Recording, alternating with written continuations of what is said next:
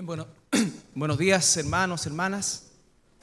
Les saludamos en el amor del Señor y en especial también a aquellos hermanos. Anda mucho hermano que está haciendo uso de sus vacaciones y se comprometieron varios a ver el servicio igual por internet, así que les saludamos desde aquí. Y por supuesto también saludamos a la gente que quizás nos visita y que está pasando su tiempo de descanso aquí en la ciudad de La Serena. El propósito del mensaje de hoy es poder establecer de alguna manera algunos parámetros relacionados con cómo enfrentar este nuevo periodo de tiempo que el Señor nos permite vivir. Hasta el último mensaje del año 2012 estuvimos prácticamente durante 2 meses estudiando acerca del próximo evento que va a tener lugar para la iglesia, que es lo que la Biblia llama el arrebatamiento, el rapto. Quizás esto resulte un tanto extraño para algunos de ustedes, pero efectivamente para todos los que están permanentemente recibiendo la instrucción, es un evento absolutamente conocido y para el cual como iglesia nos estamos preparando. Y cuando digo como iglesia me refiero tanto a lo corporativo como a lo individual. La suma de todas nuestras vidas, nuestras almas, representa el cuerpo de la iglesia. La iglesia es un organismo vivo, no es una entidad muerta, no es solamente una organización, sino que es un organismo, con todo lo que eso significa. Pero cuando estamos comenzando este periodo que por gracia Dios nos permite vivir, es también necesario no solamente haber hecho y hacer un balance respecto a nuestro verdadero estatus como hijos de Dios. Ciertamente, cada vez que nosotros vemos la Biblia y mientras más cerca de Jesús estamos, al revés del mundo, ¿no es cierto?, que mientras más se acerca a la fuente, de alguna manera más va fundiéndose con la fuente y de alguna forma también pareciéndose aún más a esa fuente y desapareciendo mucho de aquello que lo aleja de la fuente. Pero en el caso del cristiano es un proceso inverso. Mientras más cerca estamos de la fuente de nuestro Señor Jesucristo, más cuenta nos damos de nuestra condición caída. Mientras más cerca estamos de nuestro Señor Jesucristo, más cuenta nos damos de su gracia, su misericordia, de que hay todavía incluso pueblo de Dios, hombres y mujeres que se llaman cristianos, que todavía consideran que hay cosas buenas dentro de ellos mismos. Y cuando nos acercamos cada vez más a Jesús, nos damos cuenta que nunca la han habido. Aun cuando el mundo haya dicho otra cosa, aun cuando el mundo nos considere buenas personas, pero el estatus nuestro es Dios, es nuestro Señor Jesucristo, y por lo tanto nuestra cercanía con Él provoca que efectivamente nos demos cuenta aún más profundamente, aún más hermosamente, aún más dramáticamente de la gracia de Dios, de la gracia de Dios. Y es imposible no caer de rodillas y agradecer al Señor ese amor incondicional que nos ha dado, no un amor basado en lo que somos, sino que justamente un amor basado en lo que no somos. Y eso, lejos de provocar una depresión en nosotros, debiese provocar una alegría inmensa de que el Creador del universo, el Señor, el Rey de Reyes, Señor de Señores, nos ame de tal manera que está dispuesto Él a romper cualquier barrera que nos separe de Él. Y fue tal su amor, dice, que rompió la barrera más grande que tenemos los seres humanos con Dios, que es el pecado. Aquello que es absolutamente insalvable. Y Él mismo vino, se hizo hombre en la persona del Hijo del Dios y pagó ese precio por nuestra salvación. Entonces el amor de Dios no quita, o nuestra condición, mejor dicho, no quita el amor de Dios. Porque además, mientras más cerca estamos de Dios, más humilde es nuestro corazón, más sujeto a Él. El proceso inverso que ocurre en el mundo, cuando la gente se va acercando a la fuente, muchas veces se hace hasta más soberbio y se separa de la gente. En el cristianismo no es así. El cristianismo verdadero va a llevarte cada día. Puede que una persona inmadura tenga algunos aspectos egocéntricos, pero una persona madura en Cristo va a carecer de todos ellos. El que quiere ser el primero tiene que ir al final. El que quiere ser primero tiene que servirle a todos. es una situación que únicamente puede operar en la sobrenaturalidad del Espíritu Santo. El apóstol Pablo, quien experimentó esto en carne propia, los que están familiarizados con la historia de Pablo recordarán que él era un hombre orgulloso, un hombre muy seguro en los atributos intelectuales y morales que tenía, en su ascendencia o descendencia hebraica, ¿no es cierto?, pura, en su ciudadanía romana comprada, ¿no es cierto?, por lo tanto, tenía todo lo que socialmente pudiésemos pensar nosotros necesario para poder desenvolverse en el mundo de su época. Sin embargo, el apóstol Pablo tiene un encuentro dramático con Jesucristo, y ese encuentro dramático hace que él realmente considere todo aquello que de alguna manera sustentaba su seguridad en una situación netamente nimia, e incluso dice la palabra en el original en Filipenses que las considera o las llega a considerar como estiércol, ¿no es cierto?, si es que se llega eso a oponer o anteponer o entorpecer su relación con el Señor Jesucristo. Por lo tanto, hermanos, al enfrentar este nuevo año, es preciso también que nosotros sepamos que así como nos levantamos para hacer la voluntad de Dios, vamos a encontrar oposición. Vamos a encontrar oposición de todo tipo y vamos a encontrar oposición en muchas formas, algunas de ellas muy sutiles, otras quizás no tanto, pero no va a ser algo que se va a presentar como un camino expedito. El cristianismo no consiste en no tener barreras en el camino. El cristianismo consiste en que el Señor guíe nuestros pasos de tal manera que sea Él quien supere en nosotros todas aquellas barreras que se nos colocan por delante. Y una de las cosas que va sin duda alguna a atacarnos a todos nosotros, y a lo largo de los años también se produce que con mayor profundidad, puede aparecer uno de los estados más complicados, uno de los estados más difíciles, uno de los estados más nocivos para el crecimiento de un hijo, una hija de Dios, que es el desánimo. Cada vez que nosotros estamos enfrentados a la palabra de Dios, lo hacemos sabiendo nuestra condición y agradeciendo el inmenso amor que Dios tiene por nosotros. Pero también es cierto que hay momentos en que nosotros como seres humanos encontramos, ¿no es cierto?, que el barro está más denso para caminar o pedalear, que la cima es más empinada, que el agua es más densa, que las olas crecen, ¿no es cierto? Y pareciera que nosotros no pudiésemos lograr el objetivo, o a veces pareciese que nuestro caminar fuese estéril, que no se provocase ningún cambio ni a nuestro alrededor, ni dentro de nosotros mismos. El desánimo, como dije, es uno de los aspectos más usados por Satanás para sacar del camino y de la batalla a aquellos que están peleando. Aquellos que no están peleando pueden quedarse tranquilos porque no se van a desanimar.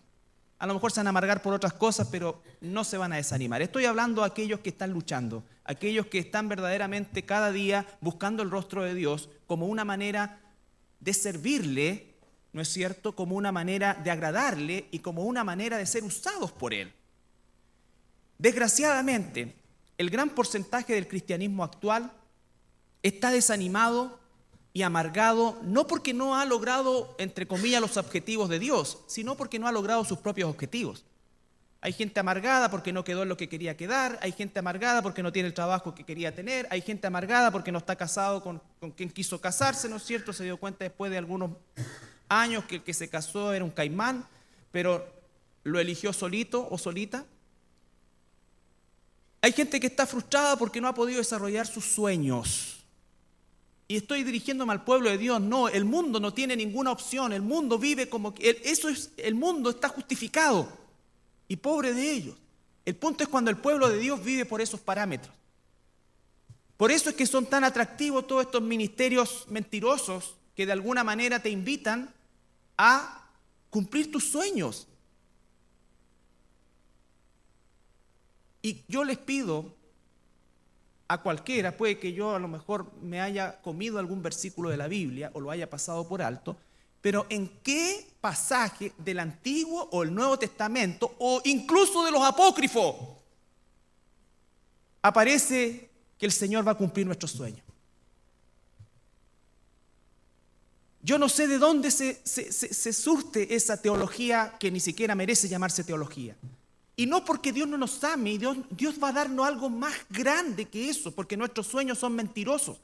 De partida el 90% jamás los alcanza, por lo tanto tenemos una población altísima viviendo en frustración y amargado. ¿No es cierto que uno les aprieta así, les sale jugo de limón?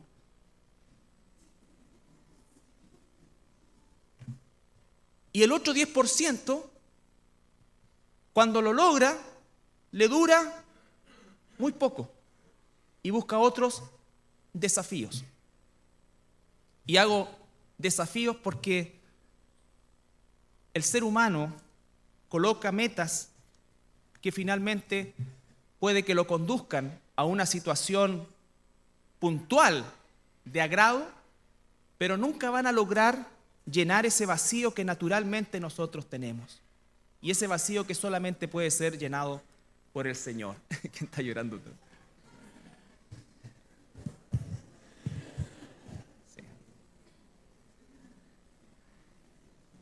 Entonces, el apóstol Pablo, que como digo, tenía una condición previa a su encuentro con Jesucristo bastante potente, podríamos decir nosotros, para estar tranquilo en su aspecto social dentro de su época, llega el punto en que cuando se encuentra con el Señor Jesucristo, ciertamente considera todas aquellas cosas como algo inferior y hasta como basura, si es que eso le impide el conocimiento más profundo de nuestro Señor Jesucristo.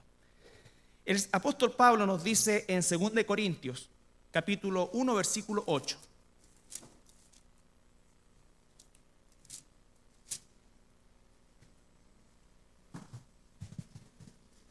Todos vamos a tener dificultades, todos hemos tenido dificultades y todos vamos a tener dificultades. 2 Corintios capítulo 1, versículo 8. Creo que de los que estamos esta mañana acá, es muy probable que casi nadie, por no decir nadie, haya pasado las pruebas que vivió el apóstol Pablo.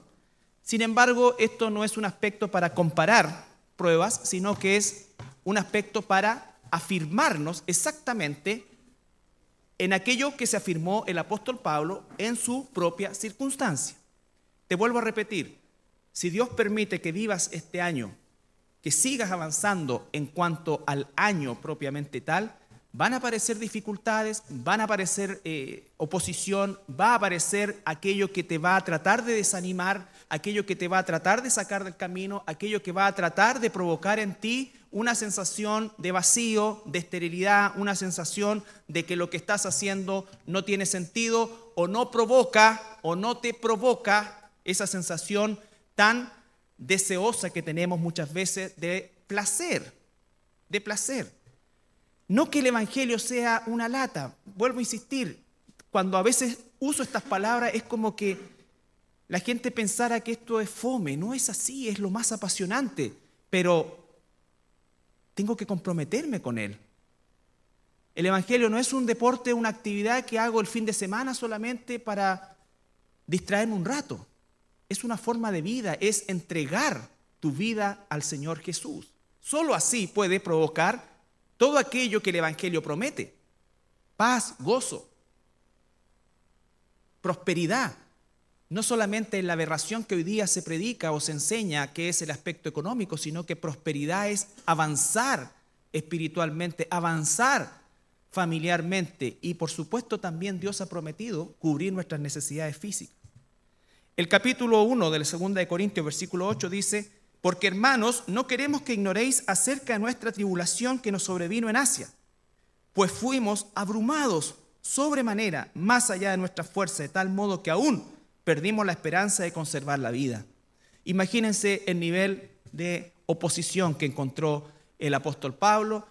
¿no es cierto?, dice que algo que lo abrumó o los abrumó de tal manera cuando ellos estaban llevando el ministerio a Asia, que incluso en algún momento ellos perdieron la esperanza de seguir con vida. Por lo tanto, el apóstol Pablo, si estuviera presente aquí, entendería perfectamente la oposición que tú estás enfrentando. Con esto no quiero que nosotros nos hagamos, ¿no es cierto?, los mártires, ni que nos tiremos al suelo y que... No, porque quiero que seamos guerreros, guerreras de Dios, capaces de vencer esa adversidad, no con nuestra fuerza, sino con su fuerza. No con ejército, sino con su espíritu. Porque la oposición no es para causar lástima y ser el centro de atención de algo o de alguien. La oposición es para crecer, madurar, desarrollarse. Por eso es que los 3 aspectos que vamos a revisar hoy día, que van a atender al desánimo y que van a atender, ¿no es cierto?, o que van a ser usados por Satanás como oposición a nosotros, la única forma de vencerlos es tomados de la mano de Dios. Separados de mí, nada podéis hacer. Separados de mí, nada pueden hacer. Entonces el apóstol Pablo le dice a los hermanos de Corinto que la pasaron mal, muy mal. Tuvieron tremenda oposición. Pero él dice, ¿no es cierto?, que versículo 9, pero tuvimos en nosotros mismos sentencia de muerte, para que no confiásemos en nosotros mismos, sino en Dios que resucitó a los muertos. No confiaron en ellos porque ellos estaban sentenciados a muerte. Confiaron en Dios. Y cuando confiaron en Dios, vieron la mano de Dios. Dios los sacó de esa situación, pero la tuvieron que vivir. Lo que quiero decirte, hermano, hermana, que este 2013 es muy probable que vengan situaciones difíciles, muy difíciles, recontra difíciles o no tan difíciles, pero van a haber situaciones complicadas. La pregunta es, ¿qué vamos a hacer? ¿Vamos a tirar la toalla? ¿Vamos a abandonar? ¿Vamos a buscar otros rumbos porque queremos en el fondo no seguir en esta línea? ¿Qué vamos a hacer? La decisión siempre va a estar en nosotros.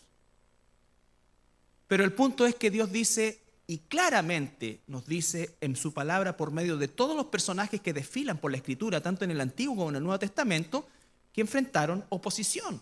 Y mucha de esa oposición es ampliamente superior a cualquiera de la que nosotros pudiésemos enfrentar, hayamos enfrentado, estemos enfrentando o enfrentaremos. Pero el punto, como vuelvo a reiterar, no está basado en comparar esa oposición, sino que lo que quiero es que nosotros tomemos los mismos principios que tomó Pablo, que tomó Pedro, que tomó Silas, que tomaron todos aquellos actores del Nuevo Testamento y del Antiguo Testamento también, porque esa es la misma receta para ti y para mí hoy. No hay otra. Satanás va a tratar de desequilibrarte, Satanás va a tratar de desanimarte, y va a esperar como un león rugiente, ¿no es cierto?, buscando a quien devorar. Y vaya que se ha devorado gente el año 2012. Y se va a seguir devorando. Va a seguir devorándolo. El punto es que si nosotros no colocamos la vista en las cosas de arriba, entonces nosotros vamos a caer presa normalmente del desánimo. Ya les digo, hermano, uno quizás podrá pararse aquí y algunos dirán, bueno, es el trabajo que tengo que hacer y efectivamente lo es. Pero el desánimo nos ataca a todos. A todos. Todos nosotros de alguna manera estamos siempre expuestos al desánimo y más aún los líderes, más aún aquellos que tienen responsabilidad de enseñar. Y muchas veces no encontramos el respaldo en nuestra hermandad, sino que encontramos la crítica. Y no está mal criticar al liderazgo, pero hacerlo como corresponde. Porque yo necesito mucho de tu oración. No necesito siquiera de tu amistad humana, necesito de tu oración y de tu compromiso espiritual. Porque finalmente Satanás va a buscar primero que nada a aquellos que de alguna manera Dios ha puesto en control, en enseñanza sobre otros.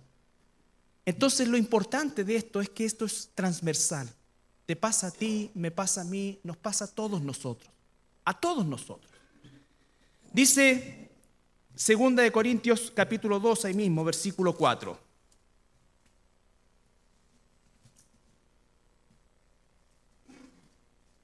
La primera cosa que tengo que hacer, 2 de Corintios capítulo 2, versículo 4. El primer consejo que el apóstol Pablo nos da para poder vencer el desánimo, para poder buscar a Dios en ese momento, para poder vencer la oposición que se viene por delante y específicamente el desánimo, ¿no es cierto? Es no pensar en nosotros, sino que pensar en otros. Cuando estés por desanimarte, piensa en quién animar. Cuando estés empezando a tener esa oscuridad sobre ti, busca a quién animar. Busca a quién apoyar. Busca por quién orar. Escríbele no un mail de queja a alguien, sino que anímalo. Aunque tú estés pasando por eso, tienes que contrarrestar esto, porque lo que Satanás quiere es que te veas siempre como una víctima. Y cuando nos vemos como víctimas, somos inmensamente egoístas, porque lo único que queremos es un oído para nosotros, lo único que queremos es atención para nosotros, y eso tenemos que reconocerlos toditos los que estamos acá. A todos nos gusta ser la Margarita de la novela. Que te llamen, que hoy si supe lo que te... Uy, pero ¿cómo es posible? Ay, sí, pues estoy luchando con el Señor. Bueno, y empezamos a sentir, ¿sí o no? Ese gozo de sentirnos, pero ya el centro de todo. Y ay del que no se compadezca de mi situación. Entonces dice el apóstol Pablo al revés. Porque por la mucha tribulación y angustia del corazón os escribí. Por la mucha tribulación y angustia del corazón os escribí con muchas lágrimas, no para que fueseis contristados, sino para que supieseis cuán grande es el amor que os tengo. Y quiero decirle para los que están familiarizados, y espero que todos estén familiarizados con la carta a Corinto, que la iglesia de Corintio, que los de Corinto eran como el forro.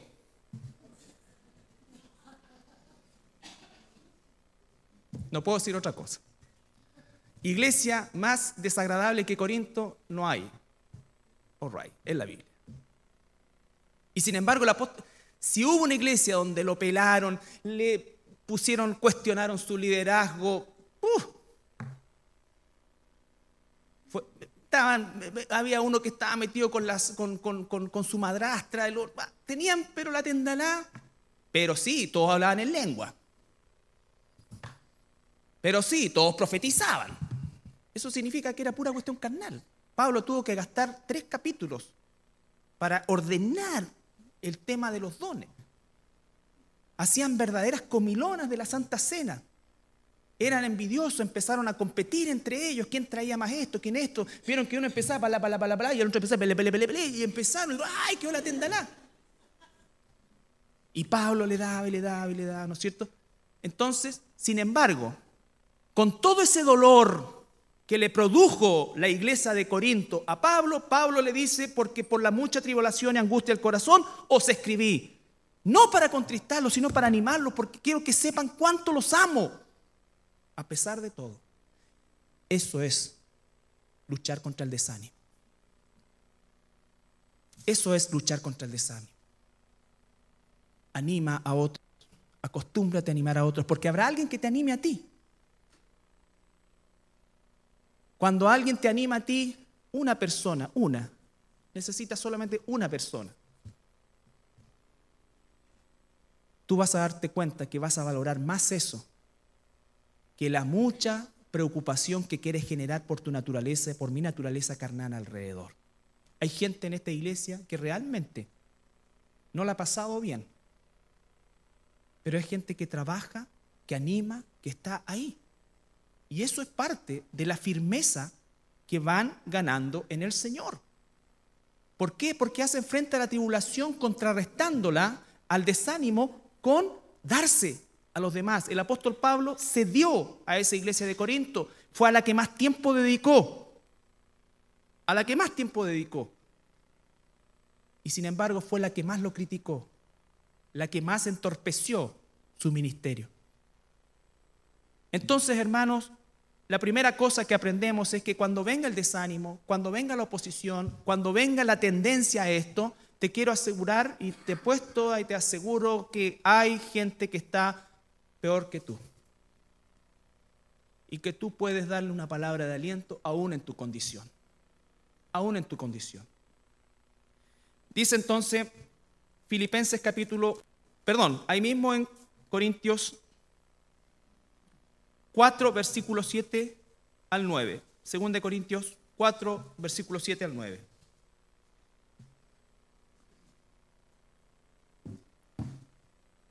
El apóstol dice, pero tenemos este tesoro en vasos de barro, para que la excelencia del poder sea de Dios y no de nosotros, nunca de nosotros, siempre es de Él. Que estamos atribulados en todo, mas no angustiados. ¿Qué contradicción? Atribulado en todo. O sea, estaba entrando agua al bote por todos lados, pero no había angustia. No había angustia.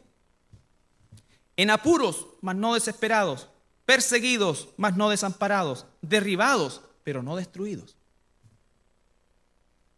Ese es un hombre, una mujer de Dios maduro, que conoce a su Señor y que ha aprendido a vencer en Cristo, porque somos vasos de barro, en Cristo, la oposición que naturalmente vendrá por nuestra condición de hijos e hijas de Dios. Entonces, hermanos, aquí el apóstol Pablo no se pone la mano ni le dice, yo decreto que se van a acabar tus problemas. No, eso es metafísica, eso es satánico. ¿Quién soy yo para decretar? Yo decreto que se acaben tus problemas, casi como un pase mágico. Y ahí pasa la gente adelante para que le pongan, porque no quiere cambiar, lo que quiere es que le alivien su situación para seguir haciendo lo que quieren hacer. Dios quiere tomar eso y decir, efectivamente, están atribulados, pero no están angustiados. ¿Por qué? Porque yo estoy ahí. Yo estoy ahí. Están en apuro, pero no hay desesperación. Perseguidos, pero no están desamparados. Sí, derribados a veces, pero nunca destruidos.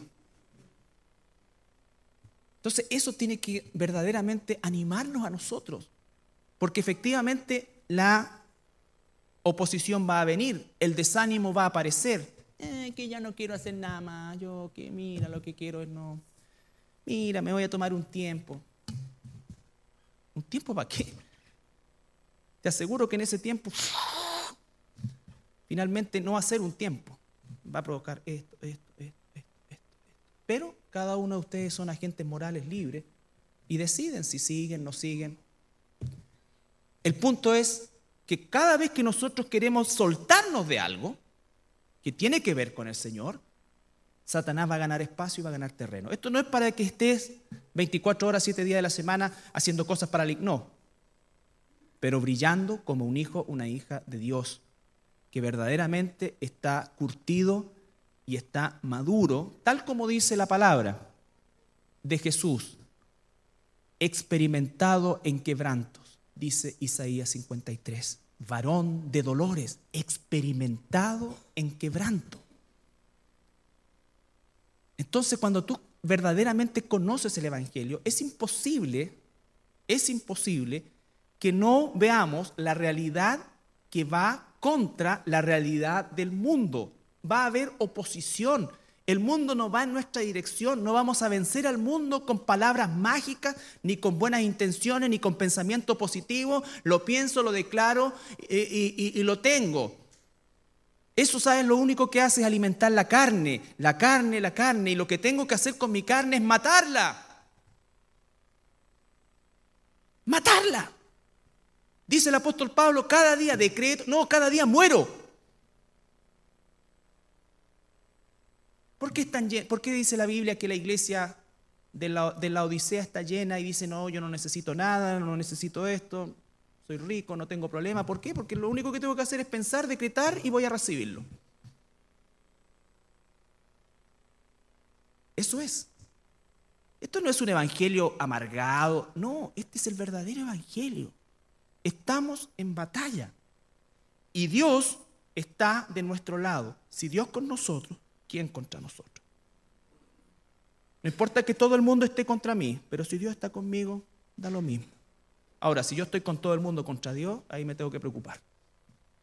Pero si Dios está conmigo, no hay problema. Vengan, hermano. Vengan.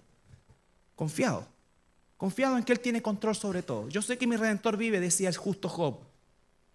No veo nada, pero yo sé que Él vive y me mantengo ahí. Entonces ninguno de nosotros acá va a llegar al punto de Job, te lo aseguro. Job hay uno solo. Y Dios le descargó a él todo lo que pudiera pasarte. A cualquiera de nosotros lo sumó, lo multiplicó y lo encajonó. Para que dijeran, hay un hombre que las tuvo todas, ahí está. Ahí está. Así que nadie está aquí para quitarle el cetro a Job, ¿no es cierto?, de haber sido zarandeado por Satanás con permiso del Señor. Filipenses capítulo 1.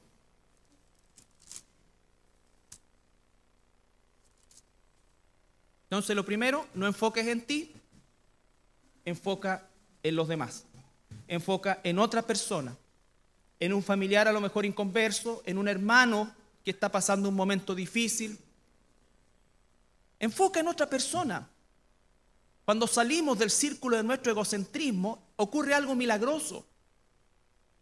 Comenzamos a ver la mano de Dios en nosotros, que Él se ocupa, no se preocupa, se ocupa de nosotros cuando nosotros nos ocupamos de los demás. De los demás. Filipenses capítulo 1, versículo 12 y 13. Otra vez el apóstol Pablo. Quiero que sepan, hermanos, que las cosas que me han sucedido, lotos, sanidades, viajes, las cosas que me han sucedido han redundado más bien para el progreso del Evangelio. La gente le está escribiendo a Pablo, están preocupados por Pablo porque está preso, porque le están aforrando, porque saben cómo lo están tratando. Pero Pablo, en vez de decir, me han pegado tanto, nadie me ha llamado, nadie me ha dicho ni una palabra, no me ha mandado ni una cuestión, no me invitaron. En vez de decir eso, el apóstol Pablo dice, no cuenta nada, se lo come solito, él y el Señor saben lo que está pasando. Dice, quiero que sepan, hermanos, que las cosas que me han sucedido, cuáles solamente Dios las sabe, han redundado más bien para el progreso del Evangelio. Han redundado más bien para el progreso del Evangelio. Cuando un hermano está en su lecho de enfermo, a pocas horas de partir a la presencia del Señor, y es capaz de animarte y de exhortarte a seguir el camino y de glorificar a Dios, eso redunda en el Evangelio. Redunda en el Evangelio. Es más potente que incluso que si se sanara. Porque si se sanara nos sorprendería, ya, y el Señor, claro, Él tenía tanta fe y todo. Pero ¿sabes qué? Con esa fe grande que tenía, partió igual a la presencia del Señor. Pero dejó algo realmente. Realmente, y no estábamos hablando ni un resfrío, no, una situación realmente complicada. Y ustedes saben de quién estoy hablando. Cuando ves eso en la vida de un hombre, de una mujer, realmente entregado en su tribulación a Dios, eso hace que el Evangelio crezca. Porque mientras Satanás se empeña en destruirlo, nosotros nos empeñamos en contrarrestarlo. No podemos apagar el fuego con fuego, hay que contrarrestarlo. Si tú y yo vamos a responder a las situaciones complicadas con amargura, con violencia, con abandono, ¿ya para qué me sirve ser cristiano? ¿Ya para qué me sirve esto? ¿Cómo que para qué me sirve? ¿Quién dijo que el cristianismo era el boleto para tener una autopista expedita para que nunca pasara nada? Y que viene el cáncer y lo escuda, viene esto y lo esquiva. ¿Quién dijo eso? Nunca lo prometió Dios. Yo estaré contigo todos los días hasta el fin del mundo. Los días buenos, malos, regulares, todos. Esa es la promesa maravillosa. Entonces dice, quiero que sepan, hermanos, que las cosas que me han sucedido han redundado más bien para el progreso del Evangelio, de tal manera que mis prisiones se han hecho patentes en Cristo en todo el pretorio y a todos los demás. Y la mayoría de los hermanos, cobrando ánimo en el Señor con mis prisiones, se atreven mucho más a hablar la palabra sin temor. Se atreven a hablar la palabra sin temor. ¿Qué? Van a ver a Pablo, pucha, ¿qué le vamos a decir? Pucha, tratemos esto, tratemos no nombrar acá. No. Y se encontraban con un hombre que los animaba, los exhortaba. Salían de ahí, pero más valientes para predicar el Evangelio. ¿Por qué? Porque Pablo no quería ser el centro de atención. Pablo sabía que esas situaciones Dios las estaba usando para su gloria. Y él se dejaba usar. Hoy día hay dichos, ¿no es cierto?, que dice, búscate un pastor próspero, esto, acá, allá, y él te va a traspasar esto. Yo espero que nunca pase eso.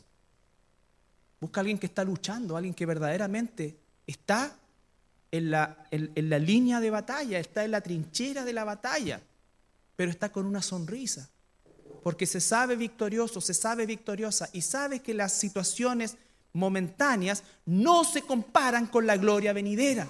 No se comparan con la gloria venidera. Y si no sabe lo que es la gloria venidera, es porque no ha estudiado la Biblia. La gloria venidera es indescriptible. Entonces dice, las aflicciones del tiempo presente no se comparan, y las escribe un hombre que vivió aflicciones las cuales muchos de nosotros jamás viviremos. Jamás viviremos. Entonces, no enfocar en uno, no transformarse en un egoísta que lo que quiere es atención, que lo que quiere es lástima, que lo que quiere es ocupación y preocupación de todos los demás, sino que todo lo contrario, vivir en la intimidad, en el bajo perfil, en la soledad de nuestro tiempo con el Señor, que Él escuche nuestros gemidos indecibles, porque a veces estamos realmente abrumados.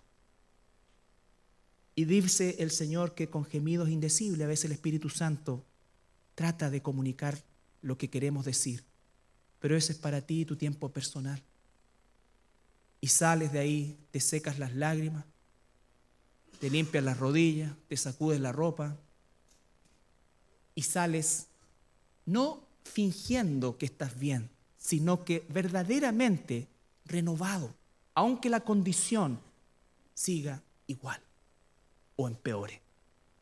Pero eso es para tu tiempo, mi tiempo personal. No es para hacer el devocional aquí, no es para hacer el devocional con 2 o 3 personas, con 5 personas, no. Eso es el tiempo personal tuyo y mío con el Señor. Y eso es de lo que carece el alto porcentaje de la iglesia de Cristo. No hay un tiempo de quebrantamiento personal. Entonces siempre nuestra carnalidad se interpone, siempre estamos pensando en nosotros, en lo que a mí me gusta, en lo que yo quiero, en lo que como a mí me gustaría que fuera. A mí me gustaría que esto fuera así, fuera así, fuera allá. Y como no es así, entonces no participo. Y yo quiero no, en realidad no me gustó esta cuestión, no voy más. ¿Qué es eso? ¿Qué es eso? Aquí no tienen esto, así que no, yo aquí no. Y como existen cientos de alternativas afuera, la gente puede elegir entre el menú de cosas y va a haber algo que se acomode más o menos, pero ¿sabes cómo uno se da cuenta de que esas personas no están buscando a Dios? Que al poco tiempo están en otro lado. No es el problema de la iglesia, el problema es de la persona. No, que aquí no había esto, allá había esto. Después van a empezar a encontrar las pifias al sistema, que las tiene, por cierto, igual que esta, y después van a seguir para otro lado. Y con esto no estoy diciendo que toda persona que se va de una congregación se va por esas causas, pero desgraciadamente el altísimo porcentaje de traslados, porque ni siquiera es un crecimiento en inconversos, sino que hay iglesias que crecen en base a pura de esta gente, y quiera Dios que nunca sea el caso acá, porque la gente que viene disconforme de otro lado normalmente va a encontrar las pifias aquí, porque no está buscando a Dios. En cambio, si tú vienes de otro lado porque te trasladaste de ciudad, porque esto acá, y vas a hacer un aporte, Dios va a bendecir eso también. Les digo, hay gente que se va a otros lados y uno sabe qué es lo que hace. Ora por esa congregación, porque sabe el tipo de persona que se ha ido. Si alguien no se sujetó acá, no se va a sujetar allá, aunque tenga cara de sujeto los primeros años. Y resujetetote. Entonces, hermano, no piensen en usted, no pienso en mí, pienso en que otro tiene una necesidad.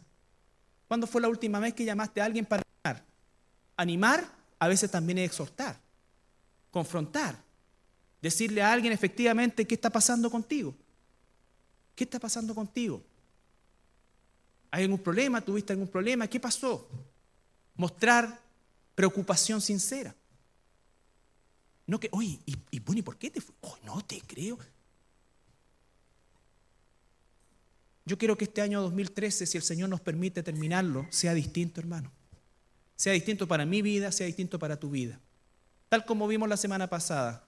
Dejamos atrás todo y nos extendemos hacia adelante. ¿Cómo es que me quiero extender adelante este año? No pensando en mí, pensando en ti, pensando en la necesidad de un inconverso, pensando en la necesidad de un hermano nuevo, pensando en la necesidad, ¿no es cierto?, de un hermano antiguo que a lo mejor se está sintiendo un poco llevado para atrás porque en el fondo ve que la iglesia crece y como que se va quedando de lado, pero no es para que digan, oye, me abandonaron porque soy viejo, porque canto feo, porque...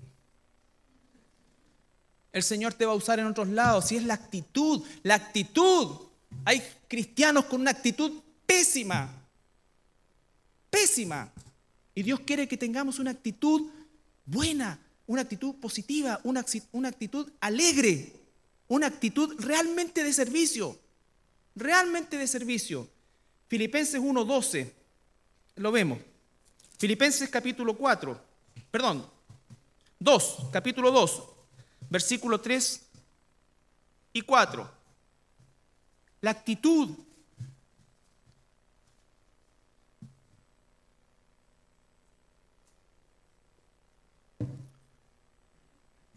Nada hagan por contienda o por vanagloria. Nada. Estás sirviendo en un ministerio, no lo hagas por contienda, no lo hagas por vanagloria. La palabra contienda significa que siempre estás buscando algo. No solamente peleando, sino que siempre está buscando algo que no encaja, algo que acá. No somos perfectos, hermano.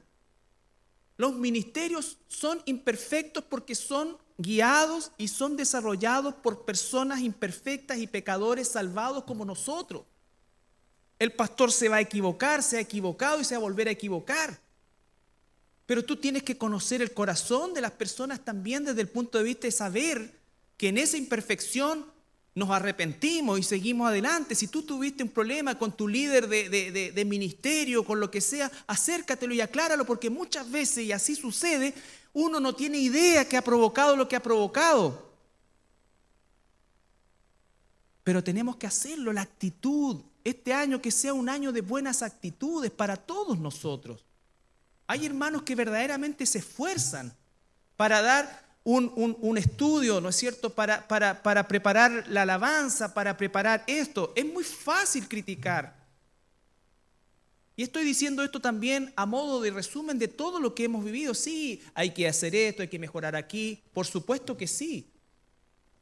Pero una actitud, dice, nada hagamos por contienda, no estemos peleando, no vamos a encontrar el ministerio perfecto, ni vamos a encontrar los líderes perfectos, ni el tema perfecto. Oye, en vez de Apocalipsis me habría gustado ver esto.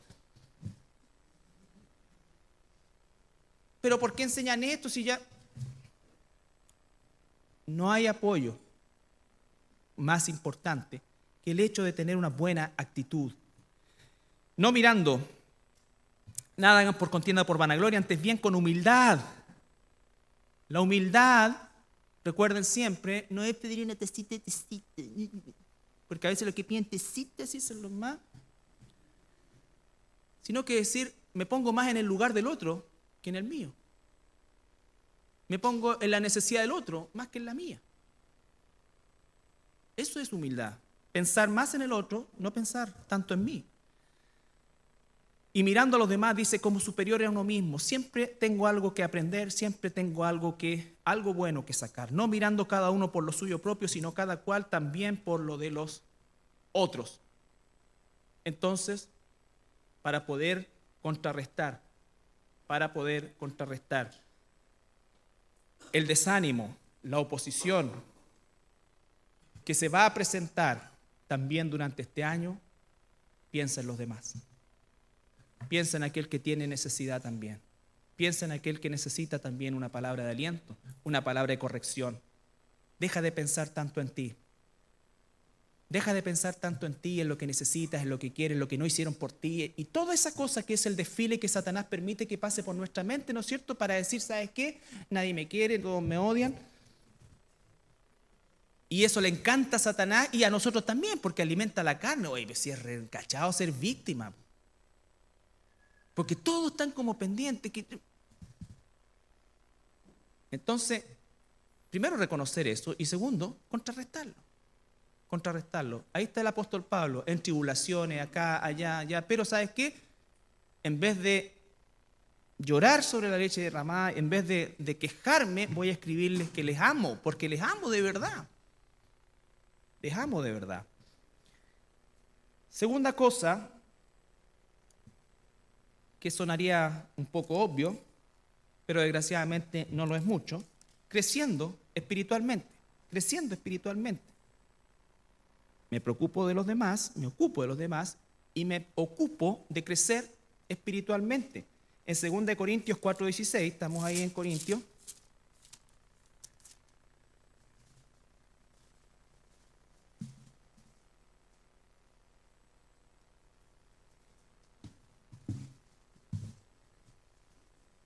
Segunda de Corintios 4:16.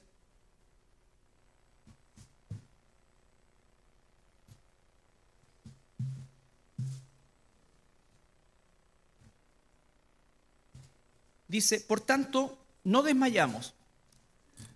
La palabra desmayar es la palabra encaqueo, con K de kilo las dos, que significa debilitarse de corazón, decaer en su ánimo. Es decir, cuando el apóstol está diciendo acá, no desmayamos, no nos desanimamos, ¿no es cierto? Nuestro corazón no se debilita. Porque, por tanto, no desmayamos. Antes, vale decir que como contrapartida, aunque nuestro hombre exterior se va desgastando, y a algunos se les nota más que a otros, el interior, no obstante, se renueva día a día. No podemos hacer nada con lo exterior. Todos los días nos van a salir cosas. Yo le decía a alguien, ¿no es cierto? Hoy día, no sé, tengo la espalda llena de pelo. No me había mirado nunca, sí, hace tiempo que no me miraba. El otro día me estaba cortando una cuestión lleno de pelo. Nos vamos envejeciendo, nos vamos esto, ya no vamos haciendo lo mismo, todo, pero interiormente nos vamos renovando. Y lo interior va empujando este cuerpo de corrupción a hacer la voluntad de Dios. El apóstol Juan, ya que estamos viendo Apocalipsis el día miércoles, tenía entre 80 y 85 años. Ese es el delta que se maneja para la edad de Juan. No sé cuántas veces estuvo encarcelado y terminó botado en una isla, que en realidad es un islote lleno de piedra, ahí tirado, abandonado, quizás abandonado hasta por la iglesia donde estaba. Y él, en vez de estar llorando, quejándose, todo, dice, estaba yo en el Espíritu, orando, ¿no es cierto?, con el Señor, ahí, y me viene la revelación.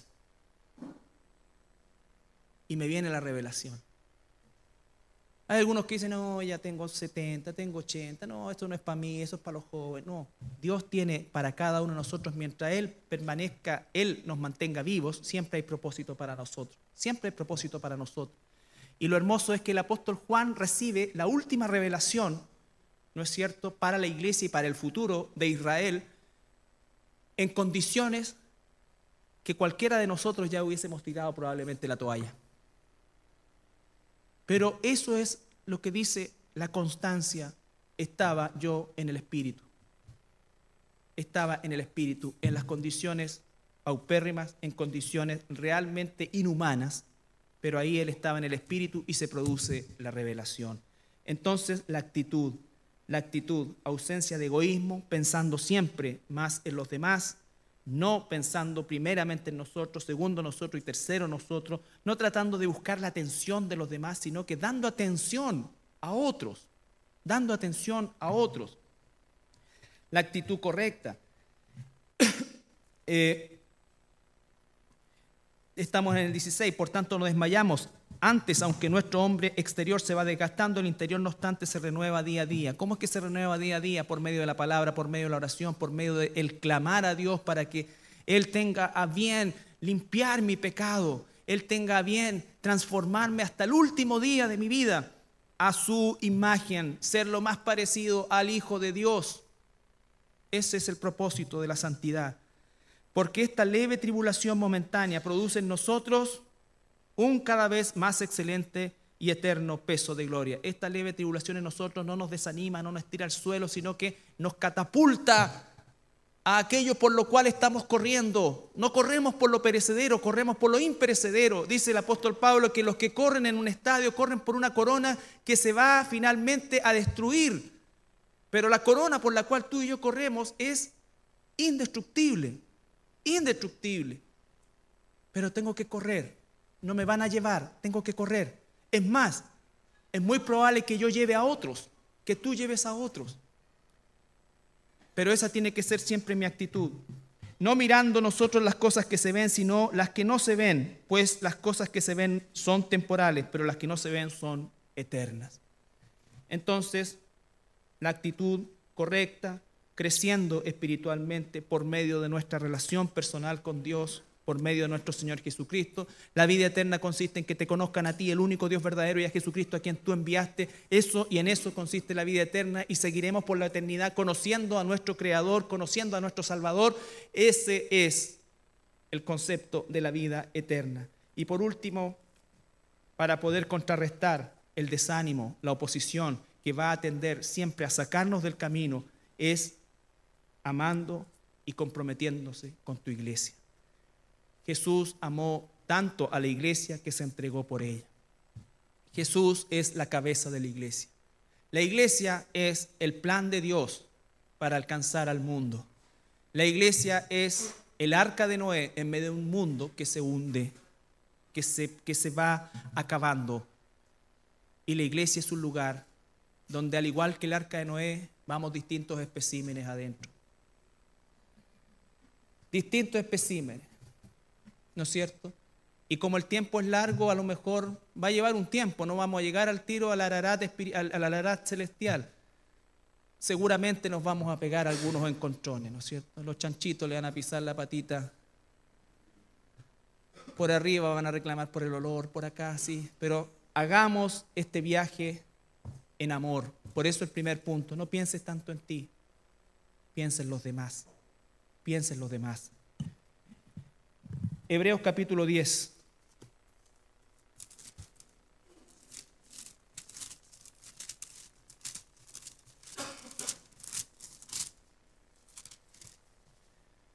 Versículo 22 al 25. El último punto. Amando, comprometiéndote con tu iglesia. Con tu iglesia. Hebreos capítulo 10, versículos 22 al 25.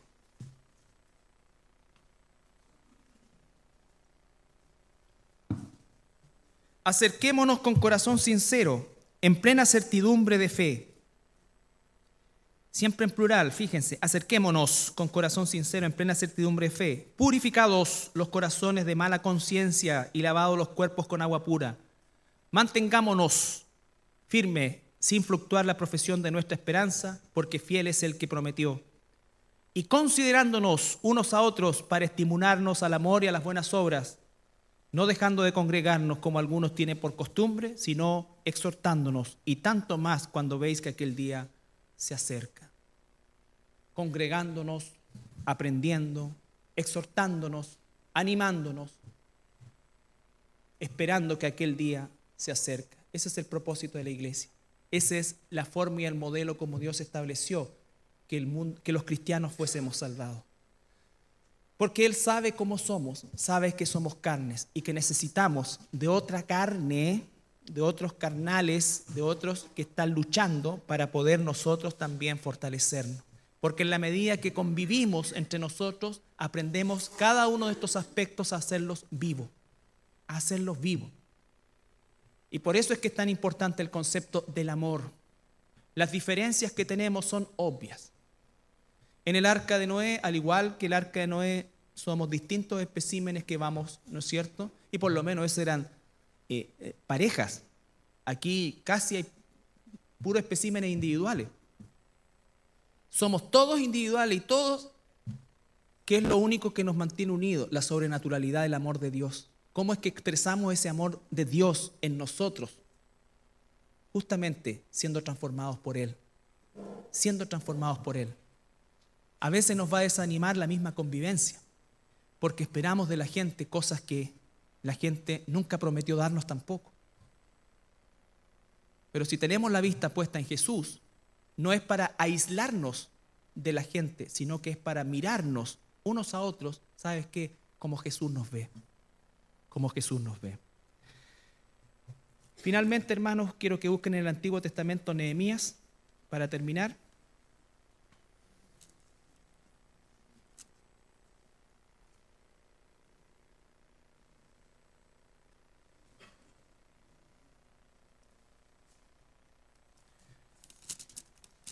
Nehemías capítulo 8,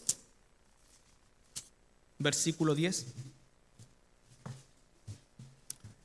Cuando tú y yo decidimos hacer caso a Dios, a su palabra, a su dirección, a su consejo, Dios nos da una facultad que el mundo no tiene. Nos da la facultad de disfrutar lo que Él nos ha dado, de disfrutar el tiempo que nos ha dado, de disfrutar la familia que nos ha dado, de disfrutar el trabajo que nos ha dado, de disfrutar lo inmensamente generoso que es Él con cada uno de nosotros. Quita de nosotros esa amargura, quita de nosotros esa falta de conformidad, quita de nosotros esa ambición descontrolada y hace que nosotros podamos verdaderamente disfrutar cada cosa que el Señor nos permita administrar. El autito que tienes, la casota que tienes, la casita que tienes, el platito de poroto, el pollito al limón, la copita de vino, ¿no es cierto? La copita de vino, eso es singular. Y disfruta a tus niños ahora que están chiquititos, porque van a crecer y se transforman a veces en alacranes. Disfruta la salud que hoy día tienes, úsala para el Señor, disfrútalo. Entonces, esa facultad solamente la da Dios. ¿Ustedes creen que Pablo era amargado? No, agradecido. ¿Pedro amargado? No, todos agradecidos.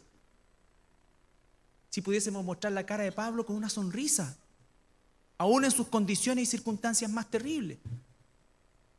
No la cara de limón, de pica que tienen algunos, ¿no es cierto? No, alegre.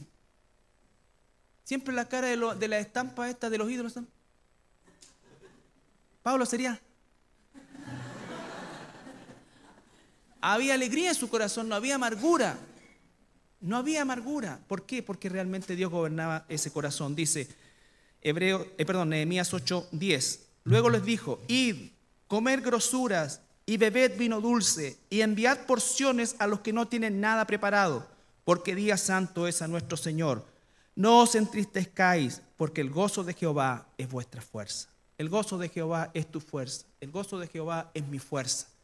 Disfrutemos y también sepamos vivir ese momento de oposición que va a venir con una sonrisa en la cara, no de manera insensible, sino que confiados en el gozo del Señor. Ahí está nuestra fuerza. Espero realmente que este año 2013, si el Señor nos lo permite vivir, nosotros podamos realmente vivir con un gozo con que no vivimos este 2012.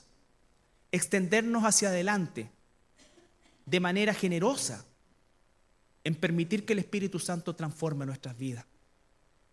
Y en saber efectivamente que va a haber oposición y que esa oposición va a tender siempre a buscar aquello que ya Satanás no puede hacer contigo, ya no te llevó al infierno. Pero es posible que te desanime de tal manera que te deje inerte. Y tú no naciste para estar en esa condición. Dios te llamó para gastar nuestra vida en Él y hacerlo con alegría. ¿Nos ponemos de pie para orar? Este es un momento que siempre, cada día domingo, el Señor nos da el privilegio de poder extender su misericordia por medio de la salvación que Él ha dispuesto para ti esta mañana. Y me dirijo especialmente a aquellas personas que nunca han hecho una decisión por el Señor Jesucristo, que nunca le han abierto su corazón ni le han entregado sinceramente su vida, pensando quizás que van a perder muchas cosas o van a tener que hacer muchos cambios.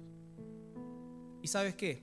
Es probable que eso ocurra, pero quiero decirte que lo que vas a ganar no se compara con lo que pudieses llegar a perder. Y te aseguro que lo que vas a perder siempre te ha hecho daño, siempre te ha destruido. Consciente o inconscientemente tú lo sabes. Por eso esta mañana yo quiero pedirte que si quieres recibir al Señor Jesucristo como tu Salvador y hacerlo tu Señor, tú repitas conmigo esta oración. Señor Jesús, me presento delante de ti, reconociendo que soy pecador y que sin ti estoy perdido.